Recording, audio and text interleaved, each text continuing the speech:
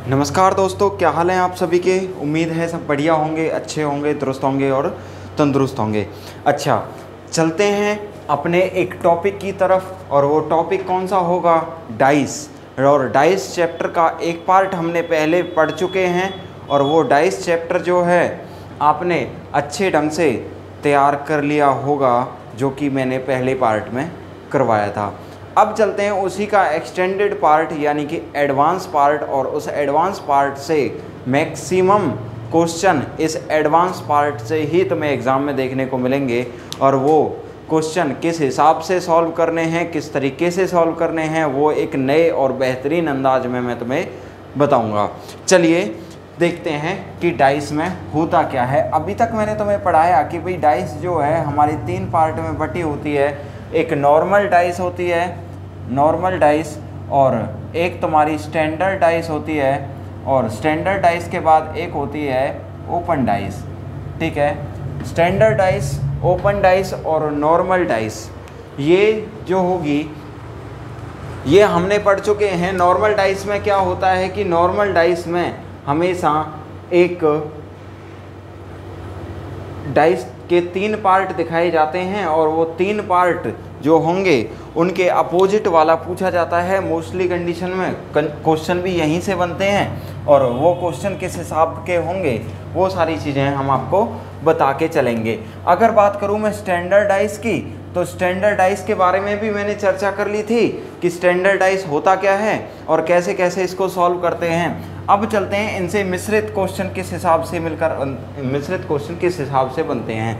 Open, normal dice और standard dice. अगर मैं बात करूं ओपन डाइस की, तो ओपन डाइस हम बाद में पढ़ेंगे। पार्ट 3 में हम केवल और केवल ओपन डाइस के बारे में चर्चा करेंगे, लेकिन पार्ट 2 के बारे में हम एग्ज़ाम का 90% कवरअप जो यहीं से होता है, और इस पार्ट 2 से तुम्हारे एग्ज़ाम के लगभग 90% क्वेश्चन यहाँ से आएंगे, और वो 90 के 90% तुमसे सॉल्व होंगे, इस बात की गारंटी मेरी है। ठीक है, चलिए आगे देखते हैं कि नॉर्मल और स्टैंडर्ड डाइस से मिलकर किस हिसाब से क्वेश्चन बनते हैं और वो कौन कौन से तरीके होते हैं। तो उन चीज़ों को हम देख लेते हैं कि क्या होता है।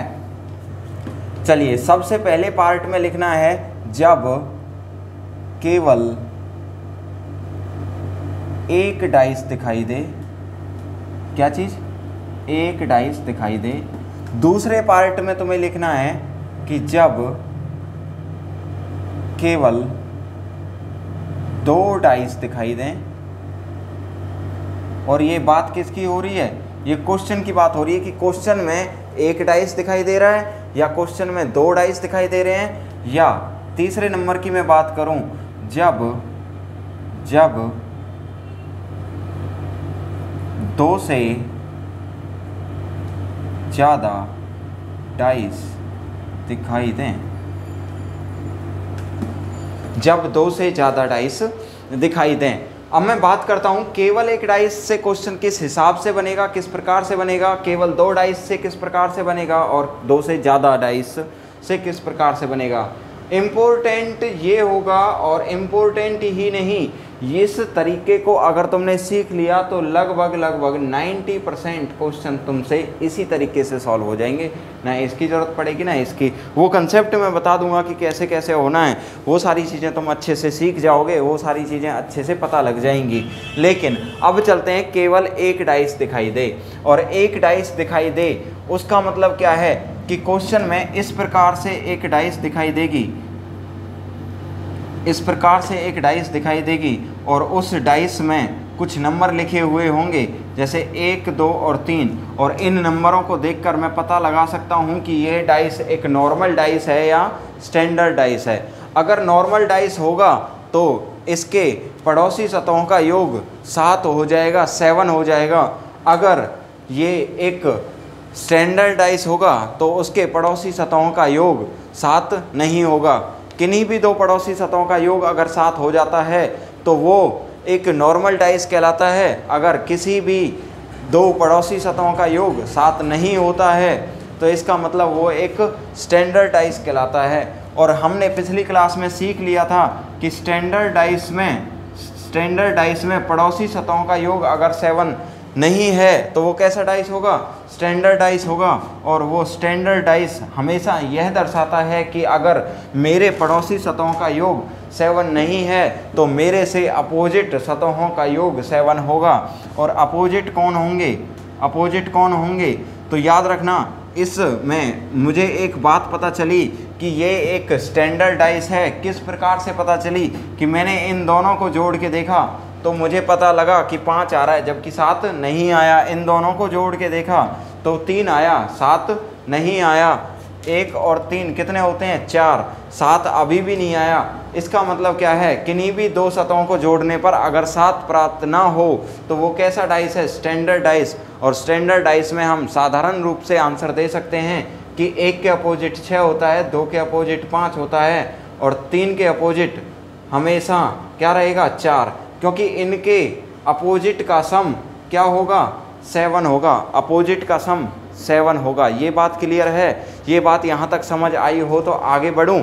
चलिए, अगर इन केस यही डाइस ऐसे होती तो क्या होता कि 3, 4, 1। तो मुझे बताओ कि ये इस डाइस में मेरे से पूछा गया अपोजिट 2, 3, 3 के विपरीत बताओ। तो क्या हमें सबसे पहले ध्यान देना है कि 3 के विपरीत कौन सा नंबर नहीं हो सकता। जो नहीं हो सकता उसको हटाओ, उसके बाद आगे की चर्चा करेंगे। तो मुझे बताओ कि 3 के विपरीत क्या 4 हो सकता है, 3 के विपरीत क्या 4 हो सकता है, नहीं जी। 3 के विपरीत 4 हो सकता है नहीं, क्यों, 3 का ये पड़ोसी है, 3 का ये पड़ोसी है। और 3 और 4 मिलकर क्या बना रहे हैं, 7 बना रहे हैं। 3 और 4 मिलकर क्या बना रहे हैं, 7। और जैसे ही 3 और 2 पड़ोसी सतह मिलकर क्या बनाया, 7 बनाया। हम तुरंत समझ गए ये कौन सा डाइस है, नॉर्मल डाइस है। तो नॉर्मल डाइस है तो हम साधारण रूप से इतना नहीं कह सकते कि भाई ये जो है 3 के अपोजिट 4 होगा। हाँ, अगर इस डाइस की बात होती, स्टैंडर्ड डाइस हो जाता, ये वाला डाइस स्टैंडर्ड डाइस होता, यानी कि पड़ोसी सतहों का योग 7 ना होता, पड़ोसी सतहों का योग 7 ना होता तो हम कह सकते थे कि 3 के अपोजिट 4, 1 के अपोजिट 6, 2 के अपोजिट 5। डायरेक्ट रूप से हम आंसर बता सकते थे। लेकिन नॉर्मल डाइस में हम डायरेक्ट रूप से आंसर नहीं बता सकते। वो कारण क्या होगा, कारण होगा कि 3 के विपरीत अगर मैं 4 लिखता हूँ तो मुझे दिखाई दे रहा है कि 4 यहाँ पे क्या है, पड़ोसी। और पड़ोसी कभी भी विपरीत नहीं होता, पड़ोसी हमेशा कभी ना कभी क्या करता है, साथ देता है। ठीक है, इतनी बात समझ आई, ये बात क्लियर है। तो ध्यान दो इधर, 3 के विपरीत कौन कौन से नंबर नहीं हो सकते। तो देखो 4 नहीं हो सकता, 1 भी नहीं हो सकता क्योंकि 1 भी इस 3 का पड़ोसी है। और 3 के विपरीत खुद 3 नहीं हो सकता। तो बचे हुए कौन से नंबर, बचे हुए नंबर वो होंगे जैसे 3 के विपरीत कौन कौन से नंबर हो सकते हैं, जो छिपे हुए नंबर हैं। छिपे हुए नंबर कौन से हैं, 5, 6 या फिर 2। 5, 6 या 2 क्या हैं, छिपे हुए नंबर। ये बात समझ आई, ये बात क्लियर है। यहाँ तक कोई डाउट तुम्हें, अगर डाउट है तो मुझे कमेंट सेक्शन में बता देना, मैं तुम्हें आंसर दे दूंगा, उसका जवाब तुम्हें मिल जाएगा। इस चीज़ को फटाफट से स्क्रीनशॉट करो या फिर फटाफट से नोट कर लो, फिर उसके बाद मैं आगे चलता हूँ। इस नॉर्मल के ही किस प्रकार के ऑप्शन आते हैं उन चीज़ों के बारे में चर्चा करूँगा। ठीक है, अच्छा चलिए अब मैं बात करता हूं कि नॉर्मल डाइस में किस प्रकार से ऑप्शन आएंगे। अगर मेरे से पूछा कि 3 के अपोजिट क्या होगा तो मैं क्या आंसर दूंगा, भाई 2 भी हो सकता है, 6 भी हो सकता है और 5 भी मैं कंफर्म नहीं कह सकता। तो कौन कौन से 2, 5 या 6 में से कोई एक होगा। अब ऑप्शन किस हिसाब से आते हैं उसके लिए भी चर्चा कर लेते हैं। जैसे ऑप्शन ए में होगा तुम्हारा 2, ऑप्शन बी में होगा 5, ऑप्शन सी में होगा तुम्हारा 6 और ऑप्शन डी में होगा कैन नॉट बी डिटरमाइंड, यानी कि निर्धारित नहीं कर सकते। तो तुम्हें आंसर लगाना है ये वाला। अगर ऑप्शन में आ जाए ऐसे, ए में 2, बी में 5, सी में 6 और डी में नन ऑफ दीज, यानी कि इनमें से कोई नहीं, तो तुम्हें फिर भी आंसर लगाना है ये। अगर ऑप्शन आते हैं ऐसे कि ए, बी, सी, डी, ए में आता है 1, बी में आता है 4 और सी में आता है 6 और डी में आता है कैन नॉट बी डिटरमाइंड, तब आंसर क्या लगाओगे? तो देखो एक तो हो नहीं सकता, नहीं हो सकता जी। क्यों? एक तो इसका 3 का पड़ोसी है ना, एक तो 3 का पड़ोसी है। क्या 3 के अपोजिट 4 हो सकता है? बिल्कुल नहीं हो सकता जी। अच्छा, कैन नॉट बी डिटरमाइंड यानी कि निर्धारित नहीं कर सकते, क्या ऐसा हो सकता है? नहीं जी, क्योंकि मेरे पास 6 ऑप्शन बचा हुआ है और 6 ऑप्शन बचा हुआ है तो हम कौन सा आंसर लगाएंगे?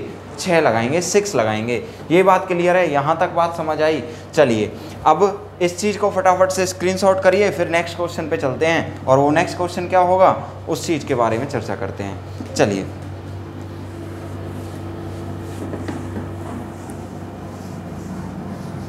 अब मुझे बताइए कि एक क्वेश्चन मैंने दिया तुम्हें इधर, सबसे पहले क्वेश्चन में क्या देखना है कि वो डाइस कैसा है, नॉर्मल है या स्टैंडर्ड। जैसे मैंने यहाँ पे लिखा 2, यहाँ पे लिखा 5, यहाँ पे लिखा 4, तो मुझे बताओ ये डाइस नॉर्मल है या स्टैंडर्ड? अरे बताओ फटाफट से, नॉर्मल है या स्टैंडर्ड? बताओ नॉर्मल या स्टैंडर्ड? नॉर्मल। कैसे पता लगाया? 5 और 2 मिलकर क्या बनाया? 7। जैसे ही 2 पड़ोसी सतहों ने मिलकर 7 बनाया तो तुरंत बता सकते हो कि भाई ये क्या होगा? 7 है तो इसका मतलब नॉर्मल है। 7 है तो इसका मतलब क्या है? नॉर्मल है। और नॉर्मल डाइस में कोई क्वेश्चन अगर हमसे पूछा जाए कि भाई 3 के विपरीत क्या होगा, 3 के विपरीत क्या होगा? अब तुम्हारे दिमाग में आ रहा होगा सर 3 तो है ही नहीं इसमें, 3 इसमें नहीं है तो इसके छुपे हुए पार्ट में होगा, छुपे हुए पार्ट में होगा। तो 3 के साथ वाले नंबर कौन कौन से होंगे? 3 के पड़ोसी। भाई 3 के पड़ोसी कौन कौन से होंगे? इनको इनसे अलग 3 के पड़ोसी होंगे। तो 3 और 1 या फिर 6, ये तीनों के तीनों नंबर छुपे हुए कंटेंट में होंगे कि नहीं होंगे? ठीक है। अच्छा, जो दिखाई दे रहे हैं हमें नंबर, वो इन तीनों नंबरों के किसी ना किसी के क्या होंगे? अपोजिट। अगर 2, 4 और 5 की बात करूँ तो याद रखना, अगर मेरे से पूछा जाए 3 के विपरीत तो आंसर क्या लगाऊंगा मैं? 3 के विपरीत क्या आंसर लगाऊंगा? 2, 4 और 5 में से कोई एक ऑप्शन। फिर उसी हिसाब से आएंगे, उसी तरीके से आएंगे कि 3 के विपरीत क्या होगा? Option A, option B, option C, option D. अब मुझे फटाफट से आंसर करके बताना कि क्या होगा। 2 या 4, 2 या 5, 2, 4 या 5 और नन ऑफ दीज। फटाफट से आंसर बताओ। 2 या 4, 2 या 5, 2, 4 या 5 या फिर नन ऑफ दीज। 4 ऑप्शन हैं तुम्हारे पास, तो फटाफट से आंसर बताओगे तुम कि सी, क्योंकि इसकी पॉसिबिलिटी ज़्यादा है इन दोनों की अपेक्षा। और नन ऑफ दीज का मतलब क्या होता है कि इनमें से कोई नहीं, इसका मतलब आंसर तो इनमें से है, तो ये भी गया। और ये दोनों किसके? पॉसिबिलिटी के आधार पर गलत किए हैं मैंने। पॉसिबिलिटी के आधार पर गलत क्यों किए हैं? क्योंकि 2, 4 या 5 ये पूरा का पूरा दिखाई दिया है, हमें नहीं पता कि कौन सा नंबर होगा एक्चुअल में इसके अपोजिट। या तो 2 हो सकता है, या 4 हो सकता है, या फिर 5 हो सकता है, कोई ना कोई एक ऑप्शन होगा। और इसकी पॉसिबिलिटी ज़्यादा थी तो इसलिए मैंने इसको कर दिया। अब तुम्हारे दिमाग में एक और ऑप्शन आ रहा होगा कि अगर ऐसे होता 2 या 4, बी 2 या 5, सी 2 या 6, D can not be determined, तो क्या आंसर देते? भाई 2 या 6, क्या 3 के अपोजिट 6 आ सकता है? बिल्कुल नहीं आ सकता, क्योंकि 3 छुपे हुए नंबरों में पड़ोसी होगा, और पड़ोसी होगा तो ये तो गया। 2 और 5, क्या 2 और 5 आ सकते हैं? बिन आ सकते हैं, इनमें से कोई ना कोई एक आ सकता है। 2 या 4, 2 या 4, भाई ये भी आ सकता है। अब इन दोनों में विवाद इकट्ठा हुआ तो इस विवाद को सुलझाएगा कौन? Can not be determined. और कैन नॉट बी डिटरमाइंड क्या कह देगा कि हम इन दोनों में से निर्धारित नहीं कर पा रहे कि कौन सा ऑप्शन सही होगा, तो हम क्या आंसर लगा जाएंगे? Can not be determined. ठीक है, ये बात क्लियर हुई। अगर मेरे से पूछा जाता कि 6 के विपरीत क्या होगा, या फिर मेरे से पूछा जाता कि 4 के विपरीत क्या होगा, तो मैं फटाक से आंसर बताता 3, 1 या 6। 3, 1 या 6। समझ तो आ रहा होगा, है ना? हाँ बोल दो, समझ आ रहा है तो। तो देखो भाई 4 के अपोजिट मेरे से पूछा तो मैंने बताया 3, 1 या 6, क्योंकि 4 के अपोजिट कौन कौन से नंबर नहीं हो सकते, 5 नहीं हो सकता और 2 नहीं हो सकता, क्योंकि ये इसके पड़ोसी हैं, और खुद 4 भी नहीं हो सकता 4 के अपोजिट। ये बात क्लियर हुई? यहाँ तक बात क्लियर हुई? यहाँ तक कोई डाउट? अगर यहाँ तक कोई डाउट है तो मुझे बताना कमेंट सेक्शन में फटाफट से, ठीक है। अच्छा चलिए इसके बाद देखते हैं अब नेक्स्ट पार्ट, और वो नेक्स्ट पार्ट क्या होगा? नेक्स्ट पार्ट होगा जब 2 फिगर दिखाई दें, और मेन पार्ट यही होता है, यहीं से मैक्सिमम क्वेश्चन पूछे जाते हैं, और वो मैक्सिमम क्वेश्चन किस हिसाब से पूछे जाएंगे वो सब चीज़ें मैं बताऊंगा। ये जो 2 डाइस दिखाई देते हैं, उन 2 डाइस को मैं 3 पार्ट में कैटेगराइज्ड कर रहा हूँ, और वो 3 पार्ट क्या क्या होंगे? जब केवल एक नंबर कॉमन हो, क्या चीज़? एक नंबर कॉमन हो, इस प्रकार से एक क्वेश्चन आएगा, और या फिर इस प्रकार से क्वेश्चन आएगा जब 2 नंबर कॉमन हो, 2 नंबर कॉमन हो। तीसरा, जब एक भी नंबर कॉमन ना हो। ये बात क्लियर? जब केवल एक नंबर कॉमन हो, या जब 2 नंबर कॉमन हो, या जब एक भी नंबर कॉमन ना हो, वो सारी चीज़ें अब इसमें हम पढ़ेंगे। और हम देखते हैं कि जब एक नंबर कॉमन होता है तो तब आंसर किस हिसाब से निकालते हैं, जब 2 नंबर कॉमन होते हैं तब आंसर किस हिसाब से निकालते हैं, और जब एक भी नंबर कॉमन ना हो तब आंसर किस हिसाब से निकालते हैं। जब केवल एक नंबर कॉमन हो तो आंसर किस हिसाब से निकालेंगे, वो सारी चीज़ें देखते हैं। जब एक नंबर कॉमन हो तो इसका मतलब डाइस तो हमें दिखाई देंगी 2, लेकिन उन 2 डाइस के बीच में हमें क्या दिखाई देगा? एक नंबर कॉमन दिखाई देगा, जैसे 3, 4, 5, 1, 5, 2।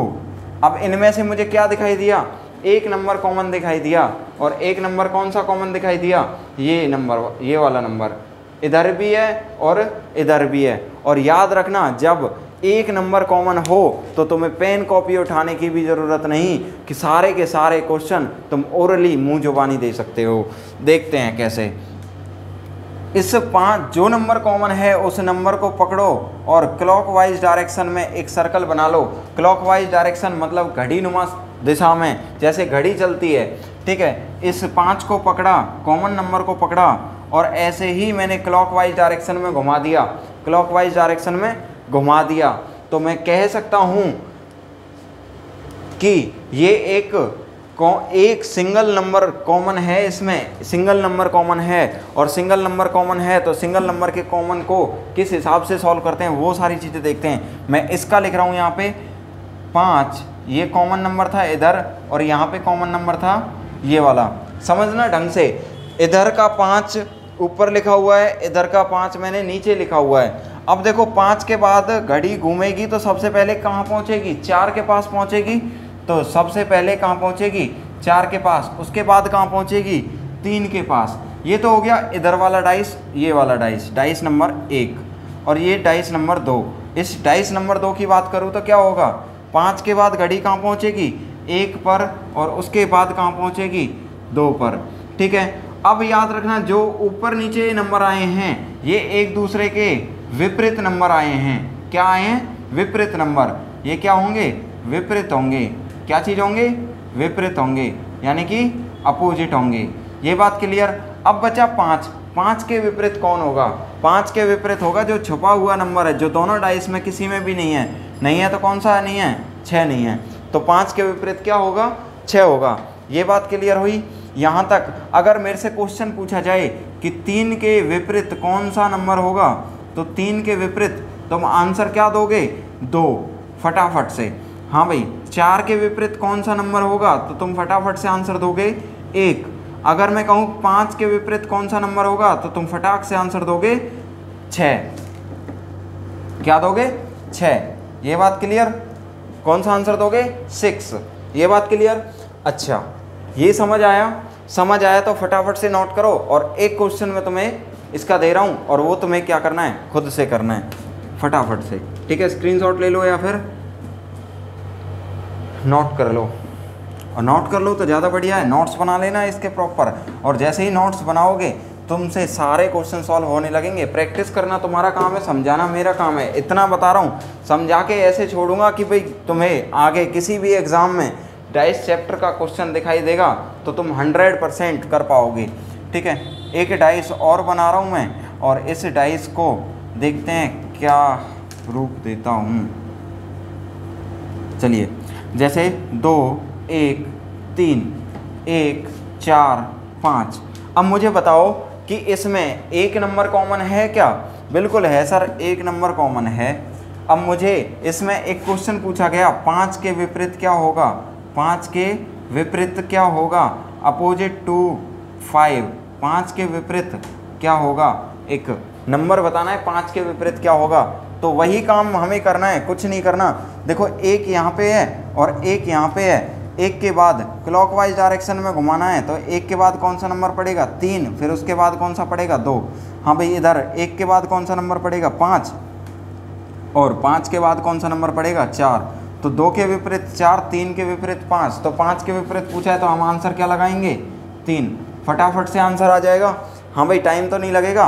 1 के विपरीत कौन सा नंबर बताओगे? फिर तुम 6 बताओगे, क्योंकि 6 ही इसमें छुपा हुआ है। ये बात क्लियर है। इसमें ना कोई स्टैंडर्ड देखना, ना कोई नॉर्मल डाइस देखना, केवल और केवल कॉमन नंबर को देखना है। जब 2 डाइस दिखाई दें तो नॉर्मल और स्टैंडर्ड डाइस को नहीं देखना है। ये मैं दोबारा कह रहा हूँ, क्या देखना है कि कॉमन कितने नंबर हैं। 2 डाइस दिखाई दें या 2 से ज़्यादा डाइस दिखाई दें तो केवल और